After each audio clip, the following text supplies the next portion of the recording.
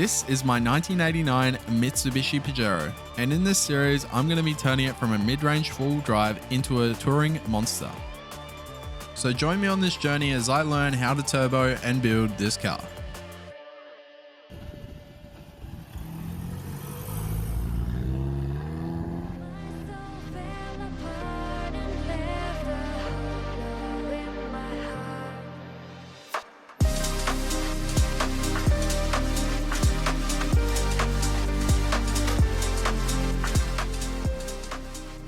Okay, so I've done a bit since last episode. I got the cam in and the rocker arms, and I also got this cam gear on, and then quickly I put the timing case, I timed everything up, deleted the balance shaft. I don't have any footage of that, but it was tedious and shit anyway. And then I just adjusted the valve. And then I fucked up with the threaded hole in the sump for the oil drain. So I welded back over that and then punched a new hole and threaded that. And then I just got the valve cover on. I did have to modify the valve cover slightly to clear the head studs because this does originally have a head bolt. And then I just got the engine dressed up. Basically, I just wanted to see what it looked like. So yeah, that's the engine basically mocked up and ready to go into the car. So now we're going to move on to the wiring. So basically my idea from the start has been to put bulkhead connectors in the firewall. So I was going to do two, one for the engine and one for the body, but honestly I didn't really feel like cutting up the entire body harness just to put a bulkhead connector in when, like, honestly, when am I ever going to disconnect it? So I decided to just go one for the engine, and then I also needed another one for the wideband O2 reader. So this is our lovely FuelTech wiring harness, all pre-made and done for us, and we're going to chop it in half. So you can see on the left of screen here I've got the wire code and color, and I was just following that. Basically I kept everything the way it was. So basically the pin number on that sheet is what it goes into the plug. So that way it keeps it a little bit easier if I ever need to diagnose it. So just various stages of doing the connector. Luckily, I bought these connectors probably 2.5 years ago. I didn't think I was going to cut the harness, so I was a bit nervous about if they were going to fit the gauge wire that I had. But luckily, FuelTech uses whatever they use. I can't remember what it is, but yeah, fit perfectly. So yeah. And then I just had a 12-pin Deutsch connector that I did for the wideband O2 reader. That's basically all terminated, ready to go. And here's the bulkheads in the car. So I did use silicone a little bit, but it doesn't really matter. It doesn't need to be perfectly waterproof. This car won't do any crossings. So yeah, here they are in the car. They're in a pretty good spot to get to be honest. It shouldn't be too hard. But we're going to move on to building a FuelTech map. So I'm going to cross to my live self, and yeah. Okay, thank you editing me. So we're going to build a map here. We're going to build a starter map for us. So I'm going to click new map, and we're going to click what model we have, which is FT450 and combustion engine. And we're just going to pick out the ones that we want. So we want our O2 closed loop. We don't need any other thing there. We want 3-step and 2-step rev limiter. We won't really need any other drag racing features. Maybe time-based. Not time-based. Engine shut off. And we want internal dial logger, deceleration fuel cutoff. Yep. Rev limiter. Yep. Deceleration fuel cutoff. We might turn that off in the future for some big bangs. No, actually, because we can set a anti-lag. There we go. Shift light, yeah, may as well. Thermatic fan, yes. Air conditioning, no, we don't have it in this car, unfortunately. Fuel pump, yes. VTEC, no. Nitrous, no. Duty cycle control, no, we don't need that. Wastegate boost control, we do need that. External TCU, no. Electronic buff, no. Start button, no. I'm using the key for this, so I don't need that one. Pit limit, no. Traction control, no. Flex seal, may as well, just for future reference. Push to pass, no. Lock up, no. Compress there, no. Gear control, no. PWC, no. Don't need any of this stuff here. Gear change, no. Flywheel up, no. And fuel consumption control, yes. We want that. Click next there. Piston engine, yes. Main fuel table by map sensor. Maximum boost 10 psi for now, not 101.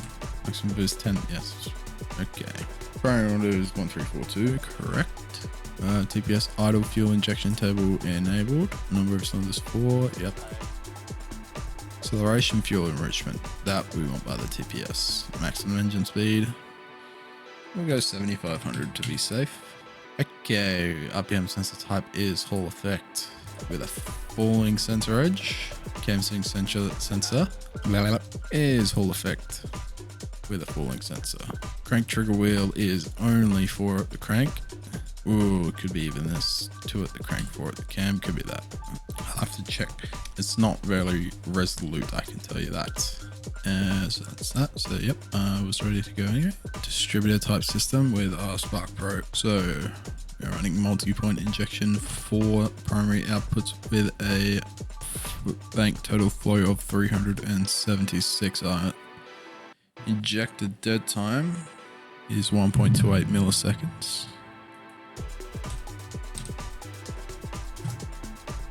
Yep. Don't have secondary injectors. Continue. Thought we have a TPS and our idle actuator is a PWM valve. Next, compression ratio is medium.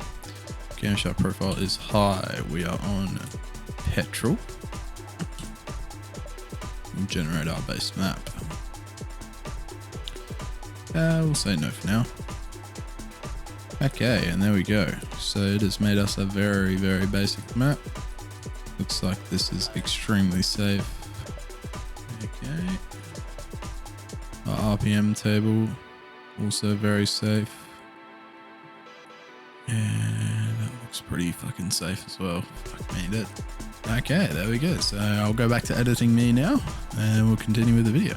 Okay, so now we've got our map made, we are going to go into putting the flywheel on. Now, I did have a problem with this flywheel. It's actually too deep. The ring gear is too deep and it's too big. So unfortunately, I did have to replace this. You can see I got the old one on there. I'm going to be running a uni clutch for this car. It just made the most sense. It's really hard to get a high performance clutch. So yeah, I just went with the uni clutch and we'll see how it goes. I've got mixed views. Some people say they're good and a lot of people say they're shit, but that's clutch industries for you. Now, I've got this on screen because I am going to have to cut and re-weld this manifold. As you can see, there is not enough room here for the exhaust to pass. So I will have to bust out the TIG welder and have a go at some pie cuts, I guess. But yeah, that leads me into something I'm going to talk about at the end of the video. But yeah, and this is just a quick little clip of me putting the sunshades on the windows.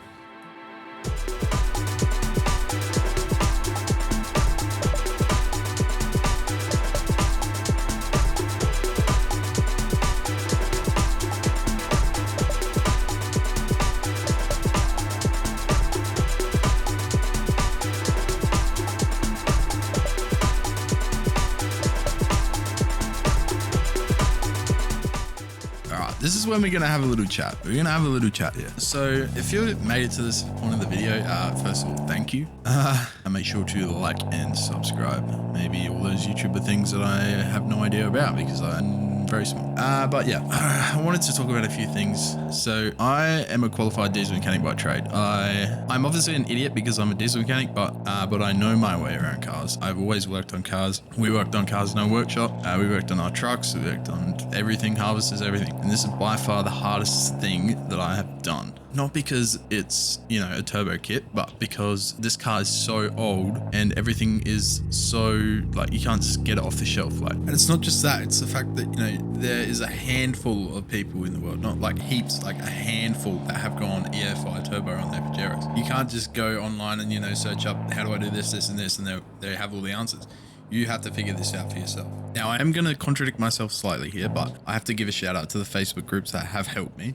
So thank you to Gen 1 Pajero Club Australia. A special thanks to Arnie for all that he does with that group. And also to the Mitsubishi Astron 2.6 4G54 group as well. They're worldwide and, you know, they're really helpful as well. I have asked a couple of questions in both places and had really good answers. So, you know, if you're watching this and you're in the group, thank you. But anyway, you know, if you had a Honda, like a B series or something, you could go out and buy like an off-the-shelf turbo kit for this for any car, you know, and you just spend a weekend bolting it up, throw the tune in, and fucking away it goes. Go to Honda and away it goes. Now, I'm not trying to say like a Honda is easy to build. It's easy. It's not easy. It's just you don't have to think about these little things that really piss you off, like turbo drains.